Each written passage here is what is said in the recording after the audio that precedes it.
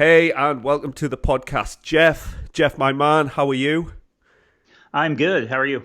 I am very well, thank you, Jeff. I'll have given you probably the best introduction before we've went live.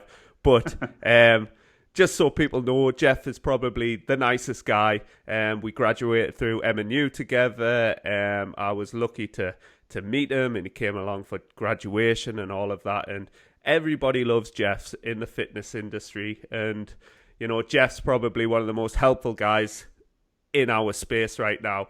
So on behalf of M&U, the guys and all that, I'd like to say a huge thank you to Jeff for the help and support he's given other students. And I know you've still got that supportive role within M&U. So cheers for that, Jeff. I always enjoy doing that. That's just part of who I am, I guess. Yeah, it's just Jeff. Everyone knows Jeff. We'll just say Jeff, and everyone knows who Jeff is. So apart from that, Jeff, if you want to give us a little bit of an introduction to yourself and tell us a bit of your background. Yeah, sure. So as Ian said, we met through MNU, going through that nutrition course together, that year long of that intensive nutrition training. And I had already had a strong passion for health and fitness and nutrition prior to that time. And through that, it was kind of interesting. When I first started MNU, I got this real passion to kind of start thinking about how to work with families and children with their nutrition. And a lot of that, I think, comes from my background, too, as I used to be a children's pastor back for a number of years, and also working with kids in a variety of contexts as a camp director for summer camps and camp counselor and those kinds of things. And so I've always enjoyed working with kids. And my late wife and I used to homeschool our kids all through their early years up until kind of their teenage years when my wife passed away. But so I've always had this interest in working with kids and teaching kids, and especially in teaching kids from the perspective that they are super intelligent, super smart, and capable of learning a lot more than we often give them credit for, because they really are. They have these amazing minds, and they process things, and they think about things that oftentimes us adults, I think, don't give them credit for. So anyway, that's kind of my background as far as where I've come to really want to work with kids and families as far as nutrition. And so that's kind of where I'm directing my attention right now. So obesity is already quite a sensitive subject. So bringing kids into the fold, you're a brave man, Jeff. Yeah, well, I think that sometimes people are afraid to talk to kids, like they're or afraid that we're going to break them something and that we often offload that to people who are, like a teacher or something like that. And I think oftentimes it's just they're just people. They have a different level of learning. There are certainly things that we need to be conscious of when working with kids that it's different than working with adults. But yeah, they're fun to work with. Yeah, I mean, I'm a dad. I've got a young toddler in Frankie, yep. So this is a subject that fascinates me, and obviously we're in the nutrition game, so we're maybe a bit more mindful of what we're putting or shoveling into our kids' mouths. So like sometimes I look at my son's diet, and I think to myself, my God, it's quite a complicated subject to certainly dance around. Managing kids' nutrition, especially when we're talking about things like fussy eaters and things like that, which we'll talk about. So, the reason we got you on today is to talk about children's nutrition and all of the kind of things that we need to be mindful of. We are not doctors, we're not specialists or anything like this. So, we've got to kind of put that out there. Of course, this is just Definitely. Informative only, so obviously seek out professional support on that behalf. So you've got a course coming out, and it's called Equipped to Thrive for kids and teens. So if you want to talk a little bit about kind of the framework of that and what sort of things you're going into with that, Jeff. Yeah, definitely. Yeah, so that is sort of the brainchild of this desire and this passion for working with kids and families, and and that was really the driving force behind developing this thing. It's a course for kids and teens, and not at the same level. There's actually two versions of the course, one for kind of the 8 to 11, 12-year old range, but it's a bright 7-year old is probably going to be able to follow along perfectly fine also. And then there's another version of the course for those that are kind of the 12, 13-year old and up range. And so kind of addressing the same topics at different levels. And because I think that looking at a lot of the child nutrition information that the government puts out, oftentimes some of the focal points are not the most practical.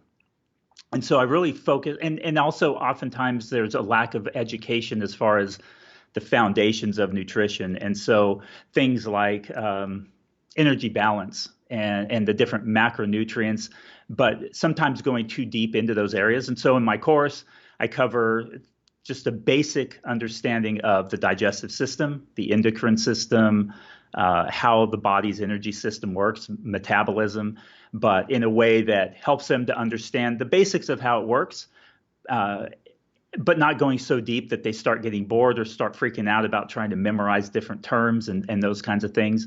And then touching on different fundamentals like protein and the importance of it, what it's good for, why we need to make sure we include it in our diet, fat, the importance of that, the importance of carbohydrate, all of these different things, and fiber, and but at a level that helps them incorporate that into a realistic, healthy lifestyle. And so that's part of the course. And then the other part of the course is then much more application. Of course, there's application throughout every single lesson, but that's kind of the basis of it. And so then later on, we make sure we cover different topics like how food is much more than fuel, and how to incorporate it into our the different facets of our health and the different areas of our health, like psychological and emotional, and how it all fits together, and so that they have a really good understanding of the fact that there's not one best way to eat, one right way to eat, but that there's lots of different ways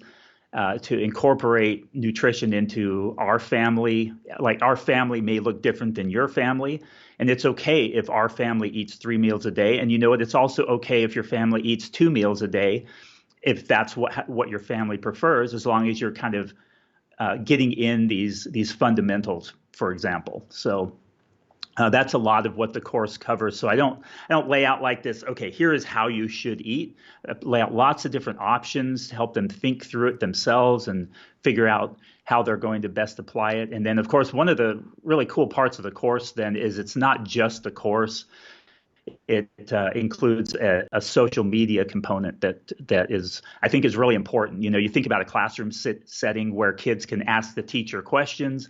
They can bounce ideas off each other. They can discuss. They can say, oh, well, I think this would be a great idea. And the teacher can then say, oh, no, the problem with going that direction is this and this. So what if we think about it in this way?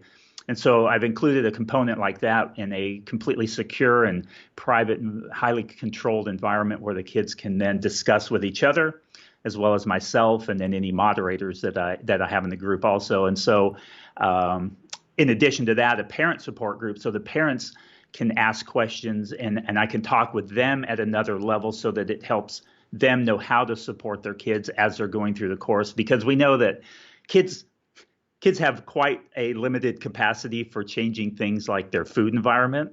For example, I mean, the kid can't say, oh, well, mom and dad are buying this kind of food and I want to get this kind of food now, so I'm going to change my food environment. I mean, a kid really doesn't have that. And so as much as a kid tries to change, especially younger kids, tries to change their nutrition and their habits, if they don't have parental support, it's going to make it really challenging. So basically, long story short, the course covers all these fundamentals for the kids. Hopefully, the parents will watch the videos along with their kids too in the lessons, so they can know what they're learning, and then hopefully support that and really bring the whole family on board with it.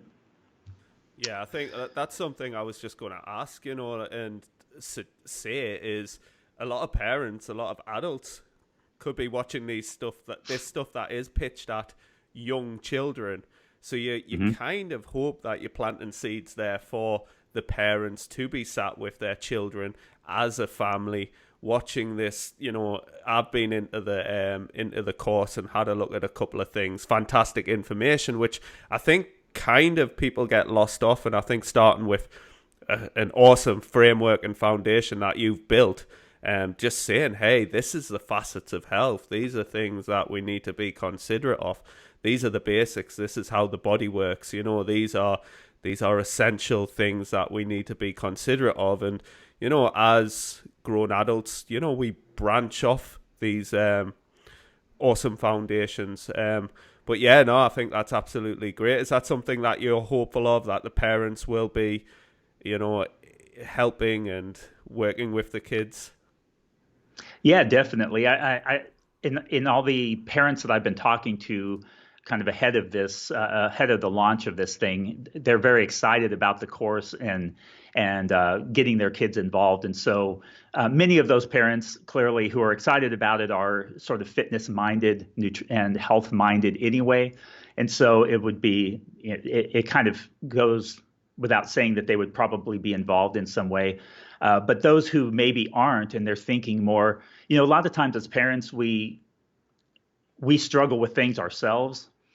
And we look for ways to make it better for our kids. So we know what we're struggling with, what maybe where we've had issues over the years in our upbringing, those kinds of things, and we want to make it better for our kids. So we're thinking, okay, my health is bad, my nutrition is bad, but I really want to help my kid not run into those same problems. And so hopefully through this, they'll see that, okay, they need to make some changes also, and in order for their kid to implement those changes too. And so, it's kind of funny. I was talking to somebody the other day and they were saying, well, you had to put something together for the parents. And I said, well, honestly, the one for the teens and older kids I don't know that I would change it much for parents if it was for them too. So I think they'll certainly be engaged in any of the content, whether it's the younger version or the older, because it's not edutainment. One of those things, a lot of times for kids, we give them like cartoons and animated things and somebody talking in a high pitched voice and little cute music or kind of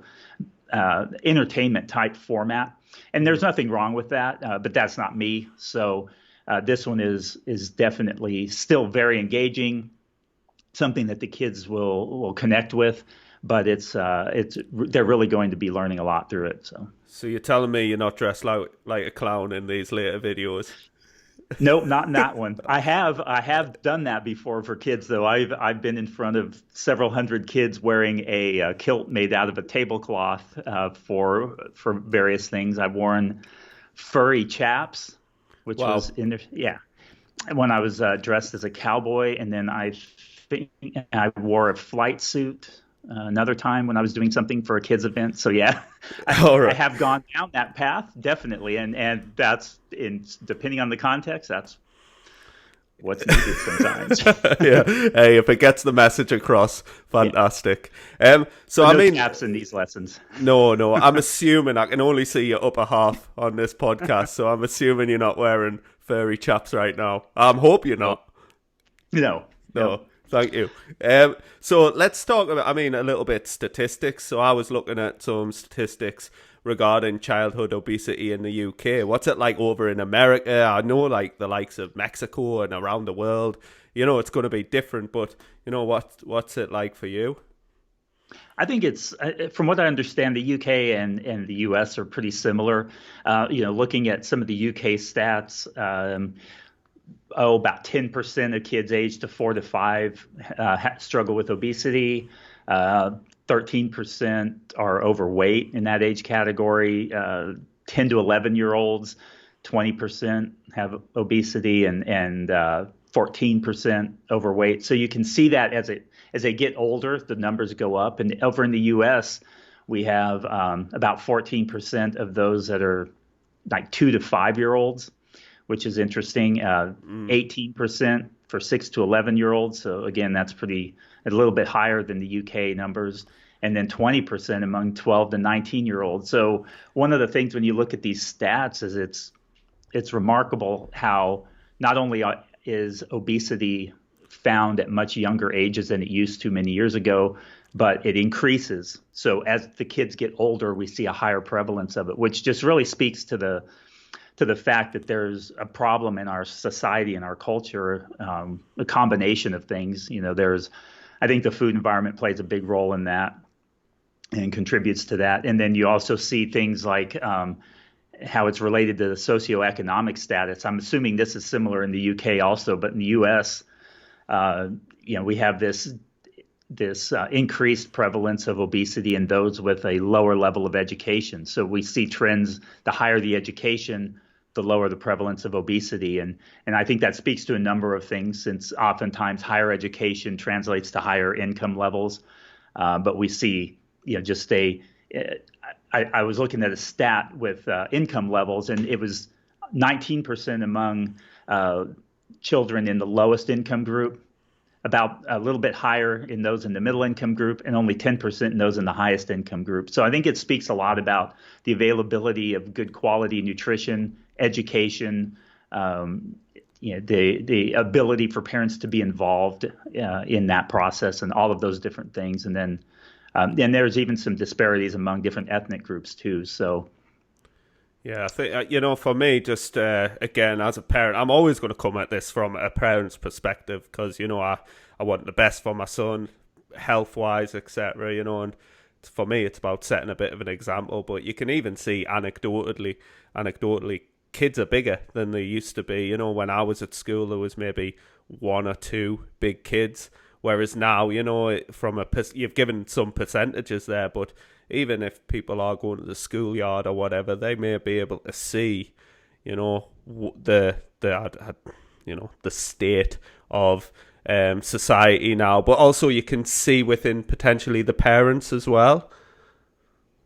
Yeah, definitely. And it comes down from early on. I mean, we were talking about like nutrition during pregnancy and the increased risk of kids developing obesity if the mom also has obesity, and how those things can be passed on. And there's some even genetic factors involved in that. And it's just incredible what the research has turned up with a number of these things, and the ease of that. I was thinking about my grandpa as one example, who was always very trim and everything.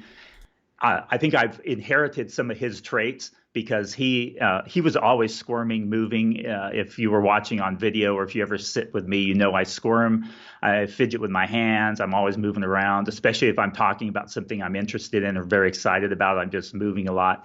And so I've always seemed to maintain kind of a lean physique. And I think part of that is that genetic factor that I've inherited through my dad, my grandpa, and that kind of thing. And I think, we pass that on then to our kids. So if there's a parent that has a little bit more of a propensity for being able to put on weight and gain weight, then it's probably even more important that they're mindful of what their kids are doing, so that they can help maybe keep them from developing issues down the road, especially if it's sort of a genetic type of a trait. And so. Yeah, that kind of non-exercise activity, I'll watch, again, my son, and literally it's just non-stop. So although I am he will eat crisps and chocolate. I know, terrible parent and shocking. Awful. But I know, shame. But I just think he needs this energy. It's absolutely crazy how, for me, I need more energy. But just to but again, there's going to be some sort of genetic factor of how much a child moves. And this is the thing, and one of the things digging into obesity, yes, fundamentally we've got energy balance, but the things that influence energy balance, as you've touched upon, genetics, social, economic factors, all of these sorts of things are going to feed into that. But as you've kind of mentioned there as well, prevention's better than cure. I guess that's the saying. And, from a parent's perspective who's maybe planning on having a family, is that something that we want to be starting from initially, like a positive place in terms of a good healthy BMI prior to getting pregnant? I mean, I suppose it helps you get pregnant as well. Yeah, definitely. I mean, we've looked at that. That's some of the research that I know both of us have looked at, that it's easier to get pregnant when you're at a quote normal BMI range, that kind of thing. There's just a number of factors involved in that, and so it makes it easier to get pregnant. But then you also have lower risk of developing different issues. But and definitely starting early before it's right there in front of you certainly makes it easier. I shared a quote on my Instagram earlier in the week that I thought was really good from Frederick Douglass. He said, "It's easier to build strong children than repair broken men." And then, of course, women would apply to that too. But I think that whole prevention thing is an important thing. And that's why, I mean, that's really where the name of my course, Equipped to Thrive, comes from. Is it's,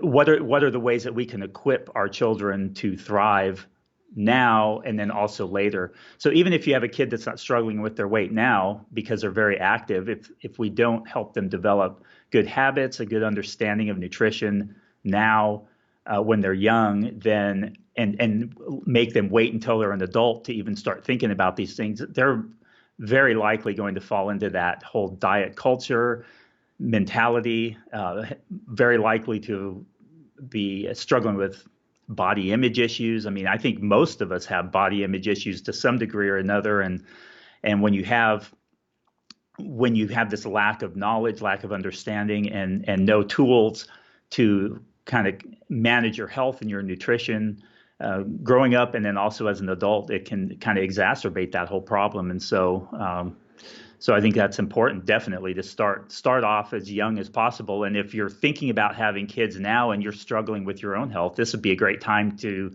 reach out to somebody like Ian who can help you get your health in check now. Not only that, but he'll educate you on all of these things that will definitely apply to your kids too, going down the road. And so you can, that's a great way to address child nutrition too, is address it in yourself before you have the kids, so you're not fixing your kids later after you've instilled your own bad habits in them.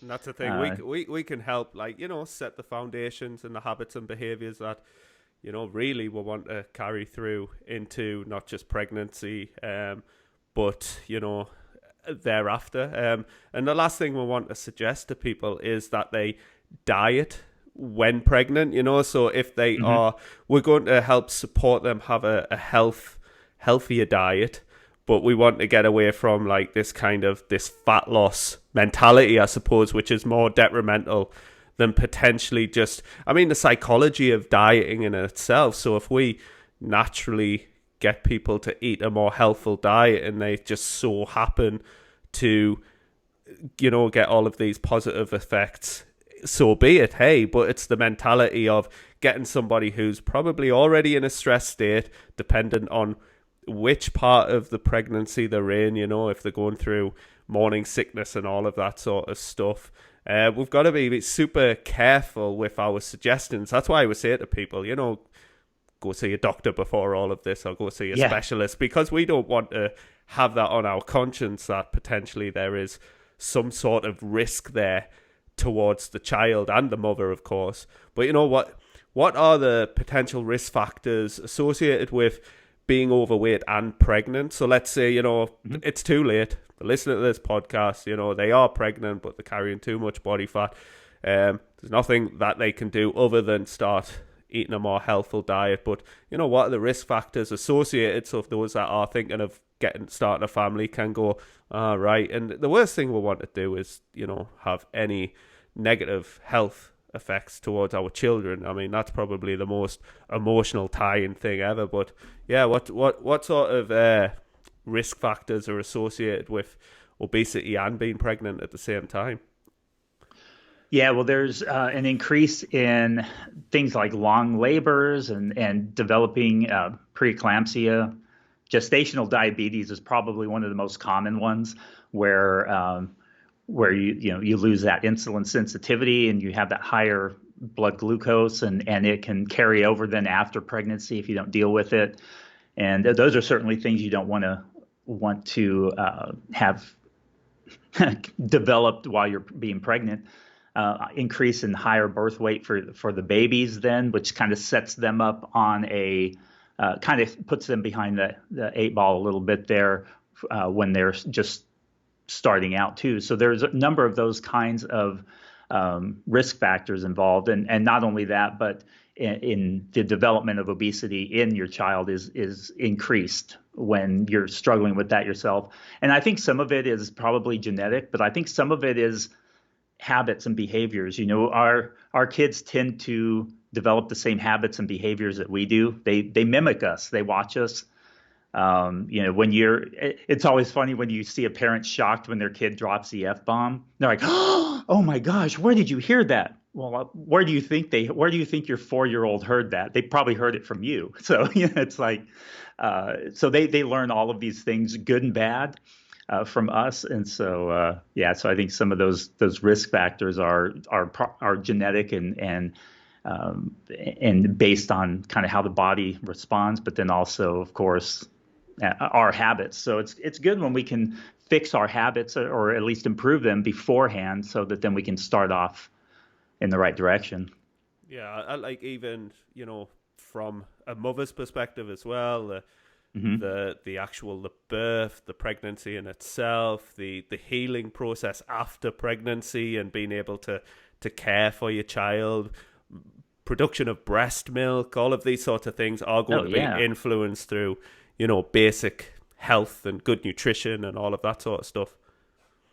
Yeah, definitely. Those are just such great points, and hopefully that's motivation for making some of those changes. And like you talk about all the time, and I talk about all the time, you don't have to make these like dramatic changes. You don't have to go from what you're doing today to suddenly revamping your entire diet, eating all organic and going vegan or going on some kind of crazy health kick or eating clean 100%. It's like make some simple changes that have a big impact, and those are some great ways to get started in the right direction. And then those are things also that you can focus your attention on with your kids. I remember my mom talking about how when I was a teenager, she said she really tried to focus on not making a big deal out of the little things, only making a big deal out of the big things. So as long as I wasn't like on the streets, getting into drugs, wreaking havoc, being a womanizer, all kinds of different negative things that sometimes kids can get into. She didn't really care what my hair looked like or how I dressed, as long as I was taking care of the big things, the big character things. And so I think that's where we should focus our attention to. And if now you're pregnant or planning to get pregnant, focus on those big picture items that are going to have the biggest effect. You mentioned you've got children. Kind of looking back, probably with hindsight, what was your kind of parenting skills like surrounding nutrition? Yeah, well, that's an interesting question because my first wife, she passed away in 2010, so I remarried since then. But my first wife struggled with obesity herself her entire life, and so from the time that I met her, she was always a larger person, and never really paid much attention to her health until she got breast cancer. And then that was kind of a slap in the face, and she turned everything around, lost 140 pounds, and made just complete 180 as far as thinking about her health and those kinds of things. But when it came to our kids, then a lot of those traits carried over into them. Fortunately, neither of my kids have developed any overweight or obesity issues. It's sort of in spite of probably how we raised them, because my interest in nutrition definitely came a bit later. Early on, we certainly were. I remember I worked 2 jobs. So I worked as a software engineer full time, and then I also worked as a children's pastor simultaneously, which was a quote 10-hour a week job, but it was really more like another full time job. And so with all of that busyness, and I'm sure a lot of parents can relate, with all that busyness, we just did what we needed to make sure they had food each day. And oftentimes it was just stopping for a Happy Meal at McDonald's, probably multiple times a week, sometimes multiple times a day. So our nutrition was definitely not a good model to follow by any means. My kids are adults now, and so, but yeah, I really see the importance of that because, like I said, that full disclosure, I did not practice what I'm preaching now with my kids when they were young, and so a lot of this comes from what I wish I would have done with the kids, and yeah, so it's definitely something that's very important to start young. Yeah, and the passing of your late wife, which very sorry about. Is that something that really set you on this path towards learning about health and so on and so forth and nutrition? I've always been interested in it. In high school and my young adult years, I was very into rock climbing. And so I was very conscious of nutrition then too.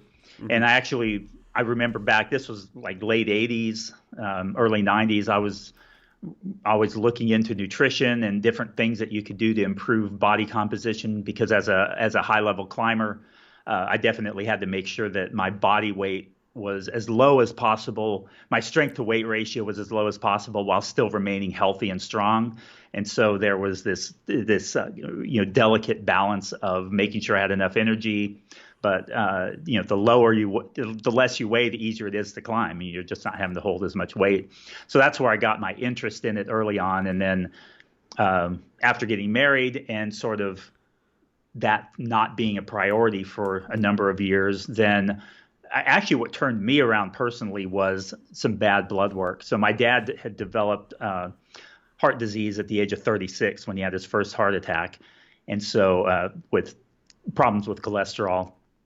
And so my cholesterol was also going up. And that was kind of my turning point. And so I started back getting and thinking about my physical fitness and nutrition and that kind of thing, and got into karate and doing competitions with that and that kind of thing. And so that was kind of where I got my turnaround.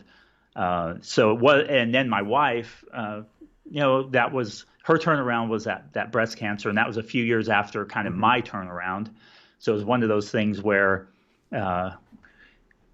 we all have to kind of come to that place within ourselves when we need to make a change. And so once that happened, then all of us were much more mindful. And that was actually a good turning point for all of us. We started going to the gym together. Now, and I guess that's a really good illustration of what we talked about earlier on with parents and the role that we play. So the kids were both physically active. One was very good at karate and competing, and dropped my earpiece. Yeah. One was very involved in karate, and the other one was involved in dance. And so they were both physically active, but not eating well. But then once my wife made that turnaround, then it was easy for the whole family to kind of get on board. So we started all eating better. We all started all getting more active, and we were going to the gym together every morning as a family and those kinds of things. And so it really highlights the importance of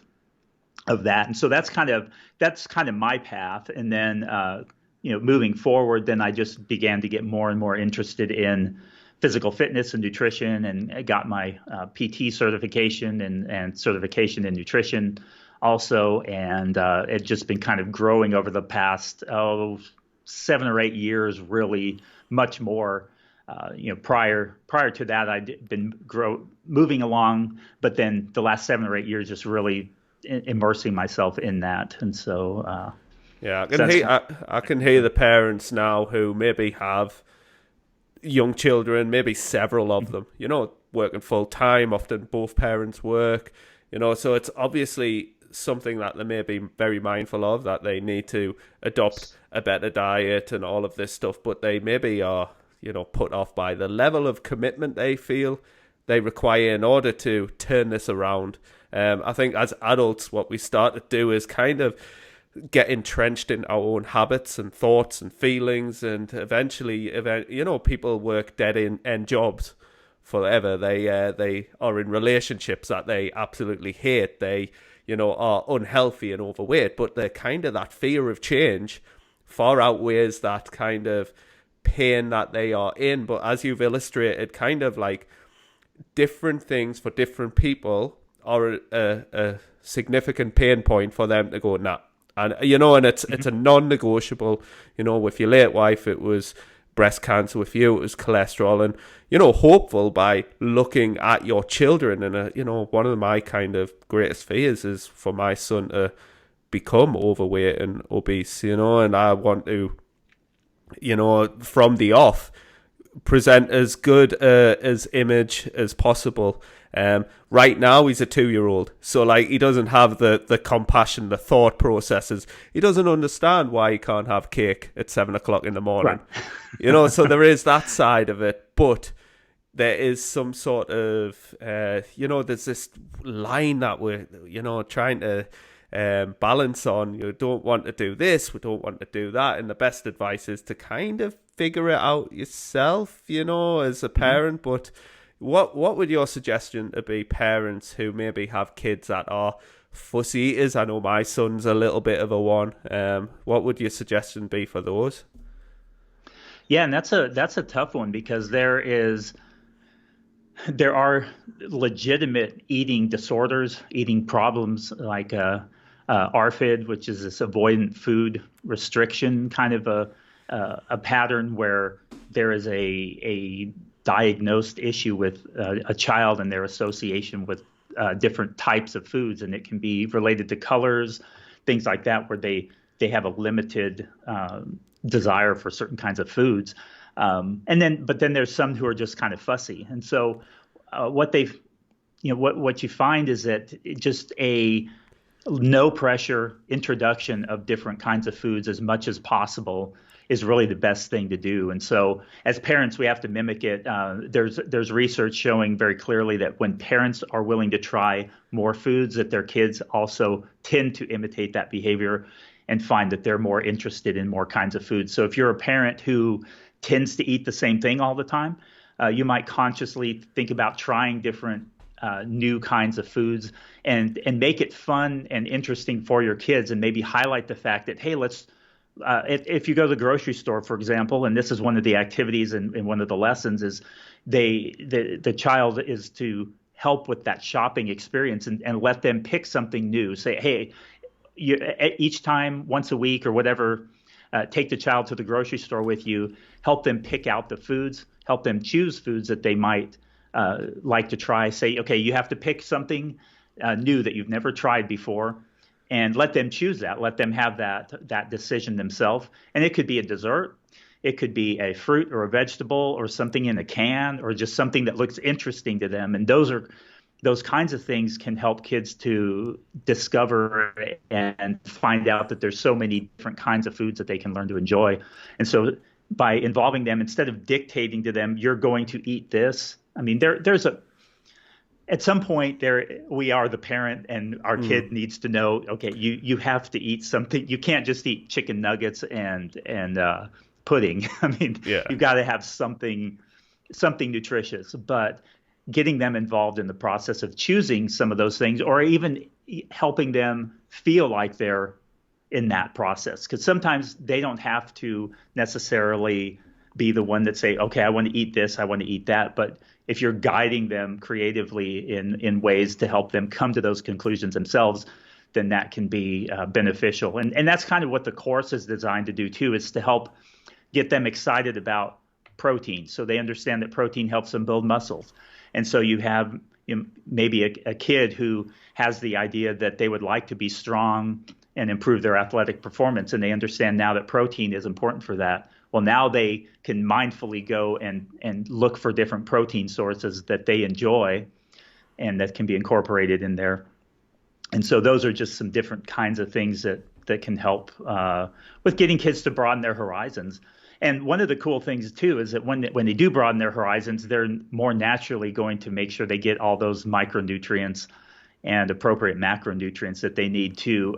I think sometimes we focus too much on, oh, got to get your vitamin C, you got to get this. But in reality, if you just eat from a broad variety of food sources, you're probably going to cover most of those micronutrient needs. And so I think those are some important things to do.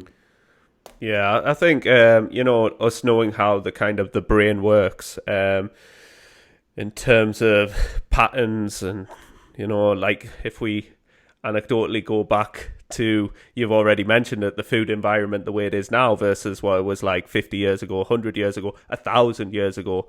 What were kids doing then? Now, they have the option of chicken nuggets. And, they eat a chicken nugget, that stuff tastes good. The food companies don't care. They just want to make sales and maybe put something pretty on the box so people go, they're ticking a box. They look like they're trying, reduce sugar. And it's like, it's like, yeah. So it's sugar-free chicken. Yeah, well, yeah, poor example. What I mean? Gluten-free, organic, blah, blah, blah, organic chicken nuggets. And it's just kind of like we're now in this situation where our children are maybe only going to eat a certain food. We're not going to give them nothing. We'd rather give them shit, essentially, than nothing. So, it just speaks volumes of where obesity's climbing and climbing and climbing. And, I think I read a statistic, 50% of primary school or secondary school children by a certain year will be overweight or obese or something like that. These are projected figures based off the way it's climbing at the moment. But the food environment has a huge role to play with. So I'm assuming in the course you're going to be looking over that sort of stuff as well. Yeah, definitely. And that's something I specifically point out. So even with the younger kids, I talk about concepts like food environment. So there's not necessarily a lesson on food environment, but I work it into a lot of the discussion. So talking about how the importance of understanding that the foods that are most easily accessible to us are the ones that we tend to go for. And so, there's nothing wrong with enjoying treats and comfort foods. And in fact, I explicitly point that out throughout the course too, that they should find those foods that they enjoy, but that we have to moderate our intake of those things because they're much easier to overeat. And I talk about how the food environment plays a role in that. And so what foods we have around us and how those play a role in the decisions that we make. And so by choosing to put more fruits and vegetables around us, then that can really help in eating more of those. When we put, and for parents especially, if you're trying to help your kids eat better, one of the best things you can do is minimize the amount of those treat foods that are available in the house. Doesn't necessarily mean take them all out, because you don't want to shelter them completely to where now they don't have the capacity to make informed decisions on, okay, yes, there's a treat here on the shelf, but I'm going to choose to eat this right now because I know that that's more appropriate for me right now, and that's something that I need to focus on. So basically having the ability to navigate that food environment. But at the same time, if your pantry is full of, in the U.S. we have Little Debbie snack cakes. I don't know what you guys have there in the U.K., but it's basically they're these packaged cakes and different treats that come in boxes, and you can just, if you've got a whole bunch of those on your shelf and chips or crisps on your shelf all the time, and so your kids are bombarded with this stuff in their face, and those are their only snack options. Well, then, of course, it's going to make it very challenging for them to navigate that food environment and make healthier choices. So, ways that we can set them up for success by providing them a better environment, it's going to be beneficial. And as a parent, being willing to put up with some tantrums, because like you mentioned, you are the parent, you are the boss. So if you start building that feedback loop, that's likely going to carry into adulthood, that if they stamp their feet enough and make enough noise, that they get what they want. So it's just so multifaceted and complicated. And I think whilst we are able to maybe just have a little peek into how crazy it all is. You know, you've mentioned disordered eating and all of these sorts of things as well. You know, there's just, as a family, you have to kind of figure this out yourself. And again, the great thing about your course is to arm them with the necessary tools. And you said you've got like a kind of forum in there as well to ask maybe a bit more specific questions. And if you've got multiple people in this forum, this is why I think podcasts like this, other podcasts, are great, because you're getting maybe the same stuff, the same information, but just presented slightly differently, or, you know, a different analogy. And you know, for some people, for that penny to drop, it takes multiple interpretations of that message to finally get through. And there is this huge learning process behind all of that, which is, I think, really important to be considerate of. Yeah, definitely. Yeah, that whole multifaceted approach and finding what's going to work for your family.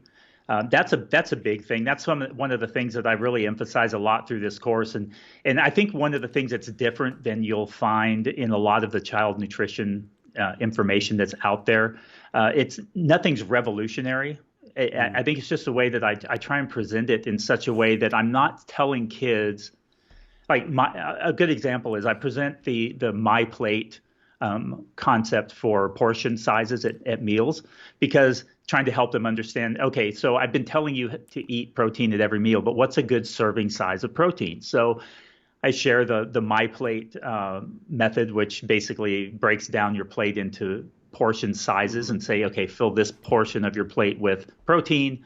You can fill this portion with multigrains, whole grains, or starchy carbohydrate, and then this other portion with vegetables and or fruit and that kind of thing, kind of simplifying it. But then I also present the precision nutrition method that they use with the palms and the hands, which is actually a good method for kids, because absolutely, yeah, a smaller kid doesn't need as much as a bigger kid. You know, your 8-year-old doesn't need as much as your 15-year-old, probably, based on their body size. And so now you start looking at their hand size, and that helps them understand what size they should, what a decent portion is going to be.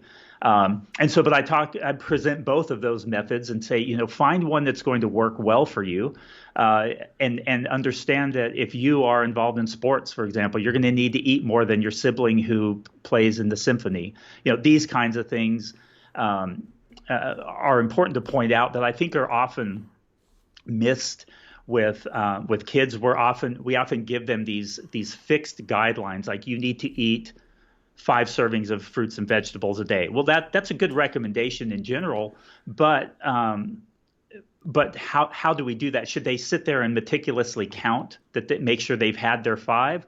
Or should we just simplify it even more and say, you know what, try and get some fruits and vegetables at every meal. Try and get some protein at each meal. Don't worry about counting, oh, did I get my X number of servings? Because when you start to simplify it like that, it's much easier to implement that into your life. And now if you find that you're not getting enough fruits or vegetables, then you might make a change. You might be a little more mindful of counting it. But in general, I think focusing on those initial habits will really help. And so that's something I really focus on with the kids in the course is getting these habits and behaviors. And I think these are the things that the parents also can do too. And they can reinforce it in their kids and understand. I mean, I know this is the way you teach stuff too, is that you find something that's going to work for you and your family, that's going to work in your own health. And, don't try and shoehorn yourself into another diet or another specific method or specific guidelines, because then you find it just doesn't fit your lifestyle, it doesn't fit your culture, doesn't fit your preferences, or your energy availability needs or whatever. So I think those are just important things to keep in mind. Yeah, and I think as a parent, but as also an adult, looking at, key markers of health, and kind of being overweight and obese is one of these. And there's a reason why they have the BMI scale. And I know a lot of people are going to kind of roll their eyes, and BMI isn't accurate, but for the most part, unless you're like a bodybuilder or something like that, yeah. And yes, we can now say, hey, hip-waist ratio as well. So we know when we see someone who is overweight or obese. So that probably is going to be your first initial sort of like wake up call. And it's generally the things that follow on from that, like blood pressure, diabetes, heart disease, risk of strokes, risks of several cancers. And as we said, prevention's better than cure. I suppose the last thing we want to do when it comes to children is bring it to their attention that they are overweight or obese. As a parent, would you say so? That's such a good point, and I'm glad we brought it up, because that's probably one of the surefire ways to set your kids up for disordered eating, full-blown eating disorder, binge eating, body issues, body image issues going forward, all these kinds of things. And, as parents, we're always well-meaning. I mean, I think most of us, even when we are not handling our kids appropriately, it comes from a place of well-meaning. Even when parents are getting mad or yelling at their kids in an inappropriate way, it's still often coming from a place of they just want their kid to become the best version of themselves possible. They're just not going about it in the right way. And so I think it's easy for us as parents to say, okay, my kid is overweight, clearly. And so I need to make sure that they know that they're overweight and that they need to work on it, and that I'm going to help them. So we say, okay, little Johnny, you've put on some weight. We need to do something about this. And so we're gonna change our eating, and we're gonna start doing all these things so that we can help you lose weight. And so now you're drawing attention to the size and shape of their body. The kid is already fixated on it, more than likely, because he's probably hearing that nonsense from kids at school, especially if it's very noticeable.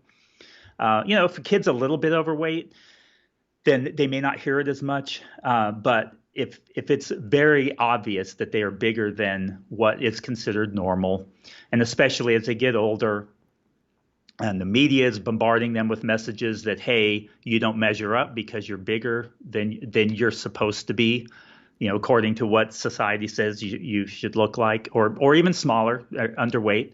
And so as parents, it's important for us, I think, to provide a safe environment for them to feel accepted and safe and encouraged. And the cool thing with nutrition, though, is that, okay, so let's say you have a kid who's overweight. Now, I'm not talking about one who is struggling with like very serious medical condition as a result of being overweight. Definitely go see a doctor if there's some kind of an issue. And this is always something that you should address with your doctor. This is, Ian mentioned that at the beginning of this, that we're not doctors, and we're not telling you here's how you should handle your individual child's weight problems. But in general, for most people, and even adults too, if you just make some simple lifestyle and habit changes in your kids, improve their food environment, they may get down to a, quote, normal body weight naturally, without you even having to tell them that they're overweight. You change up their food environment and help them develop some new patterns and behaviors, and it may be 6 months later and they've completely resolved the issue that they have. And so sometimes most of the time, we don't even have to point that out, and we really shouldn't in most cases, I think. And I think you brought up, like, you've said 6 months as well, and I think as parents, we see that as such a vast amount of time. Like, 6 months, I want this fixed now. And even, as adults have this diet mentality, is that, one day they wake up fat. Even though they've getting fat over maybe decades, they just kind of all of a sudden notice it. And it's like, right, what's the quick fix? What's the thing that I have to maybe put the least effort into and yield the major rewards, but ultimately habits, behaviors, other things that have kind of gravitated them towards this settling point, if you like. And this is kind of what we want to get across, is so you kind of, your habits, behaviors, your nutritional setup, your lifestyle almost kind of filters them in towards this kind of region. So even myself, as an example, I've competed as a natural bodybuilder and done photo shoots and all of that sort of stuff. But that's me having to go out of my way away from my, happy place, but I'll quite happily spend the majority of my life in that happy place where, I carry more body fat, yes, but my quality of life is so much better. And that's what you kind of want to get across to people, is like, we don't want to put people on diets as children. We even as adults, we don't want to be jumping onto these quick fixes or trends, and introducing other things like drugs, and ultimately adults' biases are going to bleed into their children as well. So if these adults have a huge lack of knowledge, maybe themselves, as you mentioned at the beginning, like everybody's got some form of, disordered outlook towards their body image. And if that's going to kind of carry through to the children, it's like, oh my God. And we've got things like social media, we've got other children. Again, as you've mentioned, it's quite a sensitive subject. Yeah. Yeah. Well, and one of the things that I think is really important for parents to do, and I talk about this with the kids in the course, is talking about how they need to avoid talking negatively about their appearance, their body, and that they should focus on what is it that they like about themselves.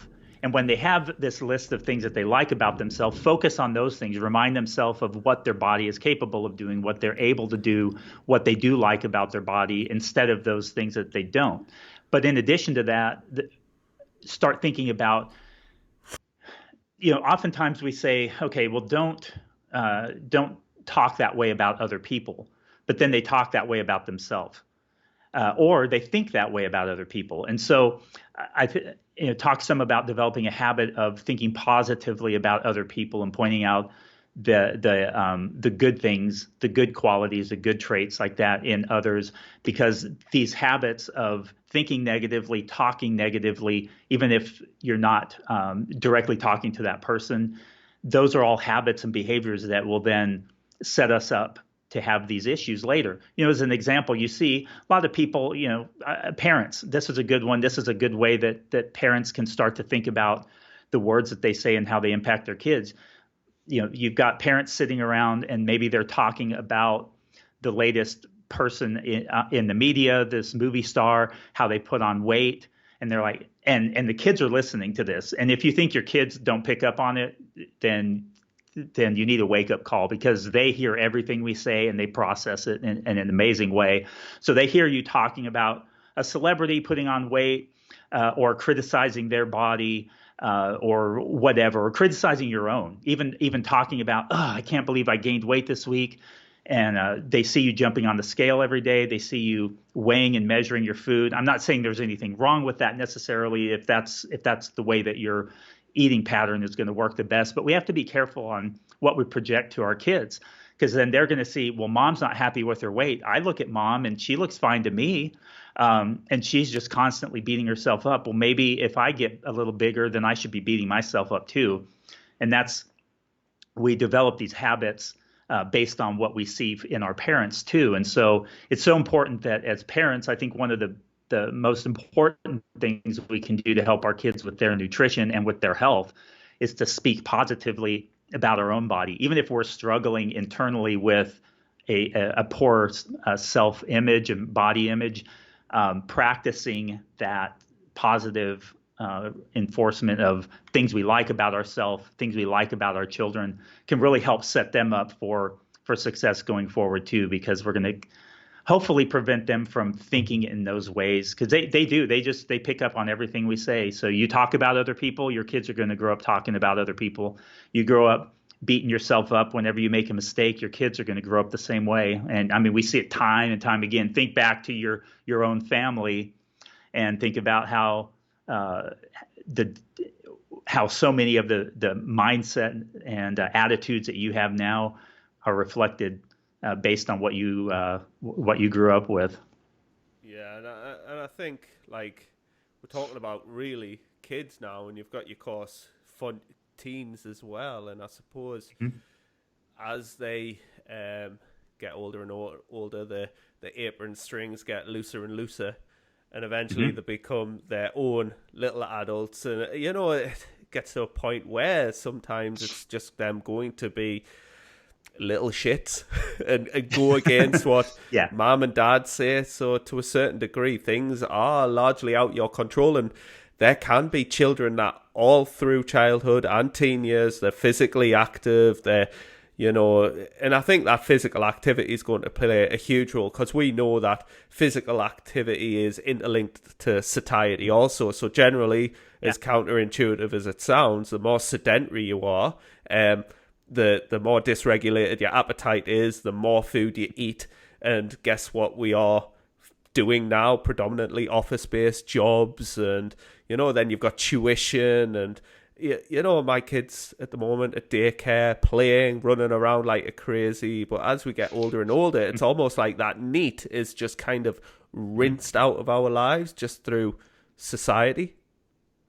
Oh yeah, absolutely. And I think that's one of the most important things that we can do too, is that yes, nutrition is important, but really emphasizing physical activity of a variety of ways, whether that's with that non-exercise activity, or whether it's with, and a combination of exercise too. So that's another thing that I point out in the course. There's a lesson on physical activity and exercise to kind of introduce them to that topic. And one of the things too I point out is, because I do teach them about energy balance and how the body works, and the fact that, but I teach it in a really cool way so they understand, hey, it's a good thing to store some body fat. It's a good thing to use some body fat. And so the important thing is we're providing our body with enough energy to get us through whatever activities we have. And so I do point out too, if you're more active, you get to eat a little more too. So, there's that benefit. If you like to eat, the more physically active you are, you can enjoy that a little bit more. So I think those are all important things that we can help our kids understand. When they understand how the body works, then they can understand how to apply these different concepts to their lifestyle and really manage their own health. Ultimately, helping them become these autonomous problem solvers, where they're able to solve their own problems and come up with solutions for either health issues that come on the horizon, that they can solve those themselves. And so I think that's really what our job is as parents in any area, is to help our kids ultimately become autonomous. So if you think of like an inverted funnel, as far as how much freedom we give them, at Frankie's age, they get no freedom. I mean, basically it's like, you're going to do this, you're going to do that, you're going to eat what I give you, and start giving them a few choices. Hey, what sounds good? Would you like this one or this one? And they let them pick something. But ultimately, they really don't have that much freedom. And then as they start to mature, develop skills, then we give them a little bit more freedom. And then by the time they're a teenager, hopefully we're able to give them just about complete freedom to make most of their decisions, because we've kind of developed that in them. And I think if we can help them with that process, developing their nutrition decisions and their health decisions too, that is going to really set them up for success, so that when they get to college or university, that they aren't having to, and mom and dad aren't around anymore, that they have no concept of how to put together a structured plan of eating, structured or unstructured. Just they don't know how to eat without mom and dad telling them what to eat, or providing them the food, that they know perfectly well how to manage their eating. And so I think that's really important for us to do as parents, and be intentional about it. Yeah, and I think as well, like we've got other things like sleep. That's something that's important for, this is why this podcast we could do other podcasts just on a single topic, and this is why this is just a general overview, and I'm sure eventually we'll start doing a little bit more kind of focal podcasts on each little element.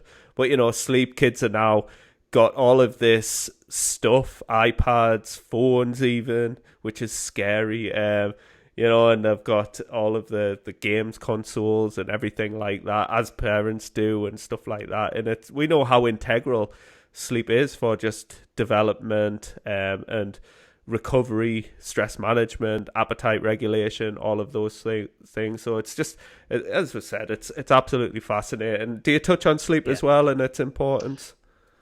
I mention it, and to be completely honest, after putting together the course, I realized I probably should have had an entire lesson on sleep. And so the good thing about doing a course like this and the fact that it's not printed material is that I can go drop in another lesson. So, module 15, sleep. Yes.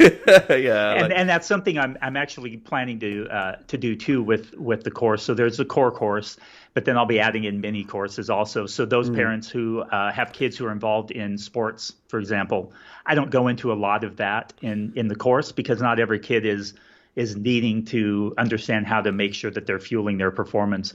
But there'll be another mini course added on for that with 2, 3, 4 lessons that will go specifically into, okay, now that I know the basics from the core, what can I do as a kid, a younger kid, as well as a teenager, to improve my performance? So if I'm involved in a very competitive sport, there may be special considerations. I use that example as a climber. Climbing is a very popular sport now, and kids are competing at very young ages and teenage years, and they're serious. Some of them are very serious about performing, and it would be good for them to have good, solid nutrition concepts and understanding so that they can make some decisions for themselves on how to work their nutrition into that as well. And so, a number of different things like that. But those are also things that are added on to the course as well.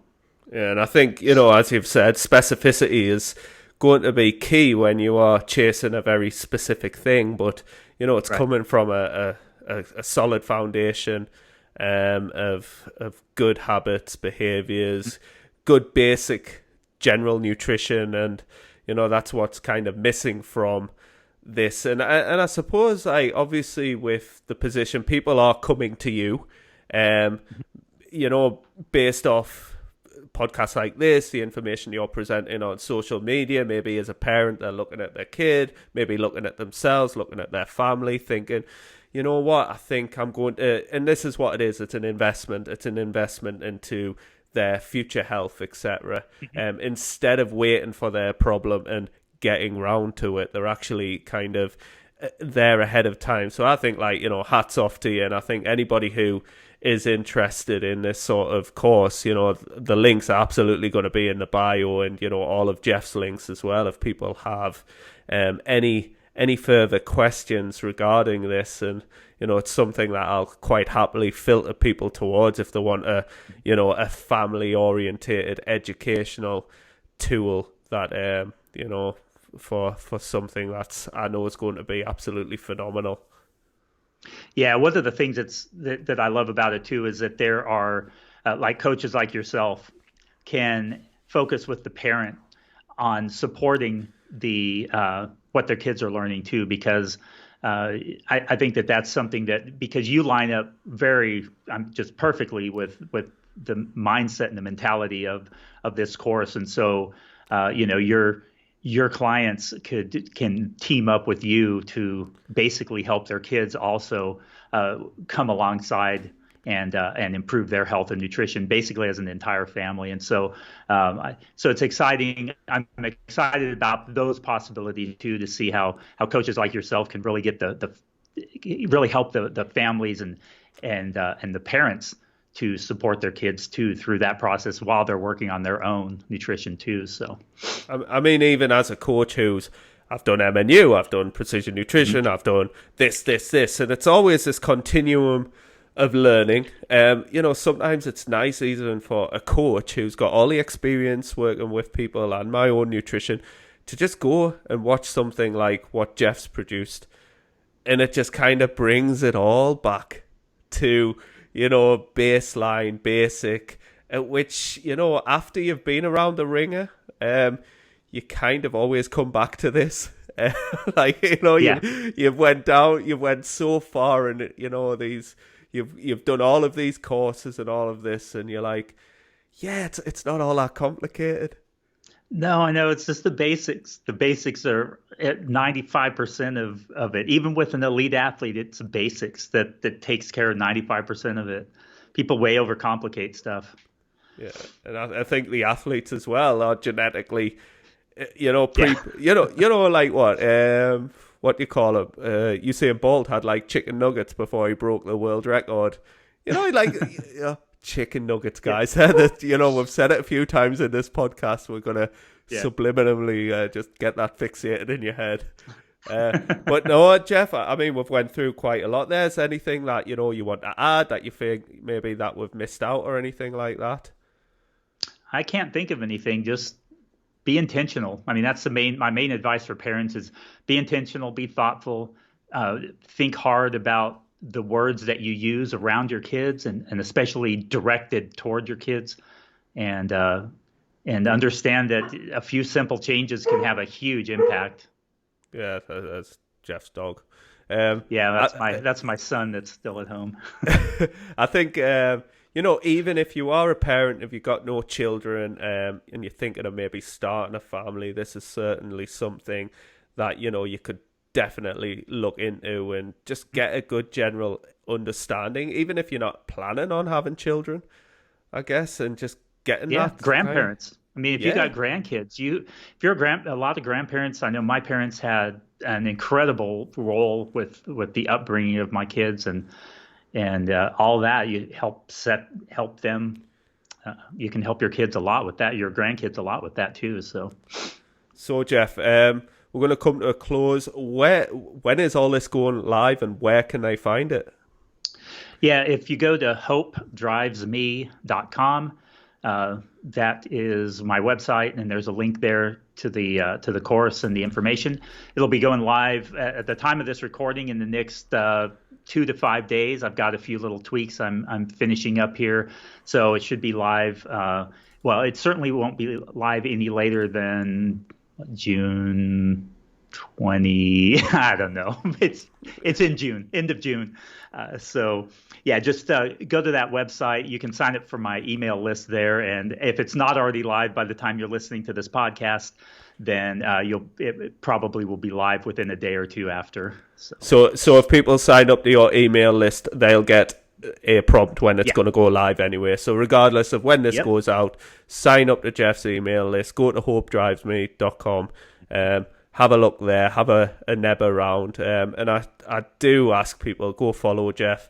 Where can people find you generally, Jeff?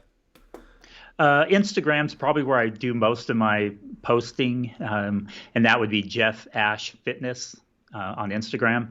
But then I'm also on Facebook at Hope Drives Me Training and Nutrition. So you could search for that. That's my Facebook page. And then I'm even on LinkedIn, but I don't do much over there, so... Oh, that's brilliant, Jeff. Well, I just want to say a huge thank you for coming on today. It's always a pleasure speaking to you, and I'm sure you're going to be on down the line, and we'll be having a lot more interesting chats regarding nutrition and training and all that stuff, man. Thank you very much, mate. I definitely enjoyed it. Thanks.